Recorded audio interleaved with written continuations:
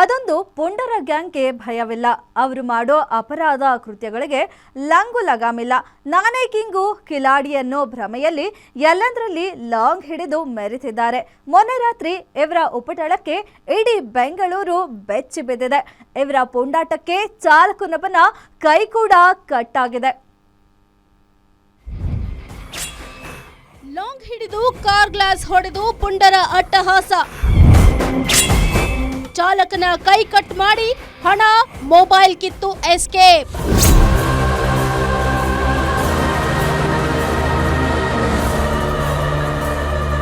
ಪುಡಿ ರೌಡಿಗಳಿಗೆ ಪೊಲೀಸರ ಭಯವೇ ಇಲ್ಲವೇನೋ ಅನ್ನೋ ಅನುಮಾನ ಕಾಡ್ತಿದೆ. ಅಷ್ಟರ ಮಟ್ಟಿಗೆ ಪುಂಡರ ಹಾವಳಿ ಹೆಚ್ಚಾಗ್ಬಿಟ್ಟಿದೆ. ಮೊನ್ನೆ ರಾತ್ರಿ ಬ್ಯಾಡ್ರಹಳ್ಳಿ ಠಾಣಾ ವ್ಯಾಪ್ತಿಯ ವಾಲ್ಮೀಕಿ ನಗರ ಮತ್ತು ಎಪಿ ನಗರ ವ್ಯಾಪ್ತಿಯ ಮುದ್ದಯ್ಯನ ಪಾಳ್ಯದಲ್ಲಿ ಕಂಡ ಕಾರಿನ ಮೇಲೆ ಲಾಂಗ್ ಬೀಸಿ ಪುಂಡಾಟ ತೋರಿದವರು ಅಷ್ಟಕ್ಕೆ ಸುಮ್ಮನಾಗಿರಲಿಲ್ಲ. ನಗರದ ಹೊರವಲಯದಲ್ಲಿ ಅಕ್ಷರಶಃ ಅಟ್ಟಹಾಸ ಮೆರೆದಿದ್ದಾರೆ. ಹೌದು, ಮಾದನಾಯಕನಹಳ್ಳಿ ಠಾಣಾ ವ್ಯಾಪ್ತಿಯ ಮಾಗಡಿ ರಸ್ತೆಯಲ್ಲಿ ನೈಟ್ ಕ್ಯಾಂಟರ್ನಲ್ಲಿ ಮಲಗಿದ್ದ ಚಾಲಕನ ಮೇಲೆ ಇದೇ ಪುಂಡರು ಲಾಂಗ್ ಬೀಸಿದ್ದಾರೆ. ಮೊದಲಿಗೆ ಲಾರಿಯ ಗ್ಲಾಸ್ ಒಡೆದು ಒಳಗಡೆ ಚಾಲಕ ಮಲಗಿರೋದನ್ನ ಗಮನಿಸಿ ಏನಿದೆ ಕೊಡು ಅಂತ ಬೆದರಿಸಿದ್ದಾರೆ. ಆತ ಮೊಬೈಲ್ ತೆಗೆದು ಕೊಡುವಷ್ಟರಲ್ಲೇ ಚಾಲಕನ ಮೇಲೆ ಲಾಂಗ್ ಬೀಸಿ ಕೈ ಕಟ್ ಮಾಡಿ ಮೊಬೈಲ್ ಹಾಗೂ 5,000 ನಗದನ್ನ ಕದ್ದು ಪರಾರಿಯಾಗಿದ್ದಾರೆ. ಆಲಂಗಾಡಿ ಡ್ರೈವರ್ ಆಗಿ ಬಂದಿದ್ದೆ. ಆಲಂಗಾಡಿ ನಿಲ್ಸ್ಬಿಟ್ಟು ಊಟ ಮಾಡ್ಬಿಟ್ಟು ಮಲಗಿದಾಗ ಬಂದು ಒಂದು 6 ಜನ ಸೇರ್ಕೊಂಡು ಹೊಡೆದ್ಬಿಟ್ಟವ್ರೆ. ಏನ್ರಲ್ಲಿ ಬಂದಿದ್ರು? ಆಟೋದಲ್ಲಿ ಬಂದಿರು ಸರ್. ಎಷ್ಟು ಗಂಟೆ?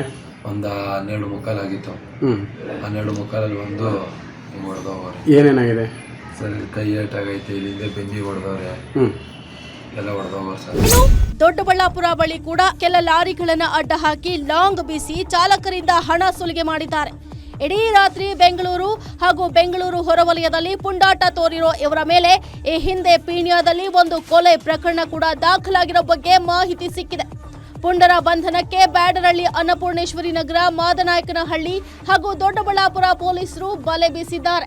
5 ಜನ ವ್ಯಕ್ತಿಗಳು ಈ ಕಾರ್ ಗ್ಲಾಸನ್ನ ನಿಂತಿರೋ ಕಾರ್ ಗ್ಲಾಸನ್ನ ಹೊಡ್ಕೊಂಡು ಬರ್ತಾರೆ. ಅದು ನಮ್ಮ ವ್ಯಾಪ್ತಿಯಲ್ಲಿ ಬರ್ತಕ್ಕಂಥ ಅನ್ನಪೂರ್ಣೇಶ್ವರಿ ನಗರ ಪೊಲೀಸ್ ಠಾಣೆಯಲ್ಲೂ ಕೂಡ ಒಂದು 6 ವಾಹನಗಳಿಗೆ ಅದನ್ನ ಇದೊಂದು ಕೃತ್ಯವನ್ನು ಮಾಡಿದ್ದಾರೆ.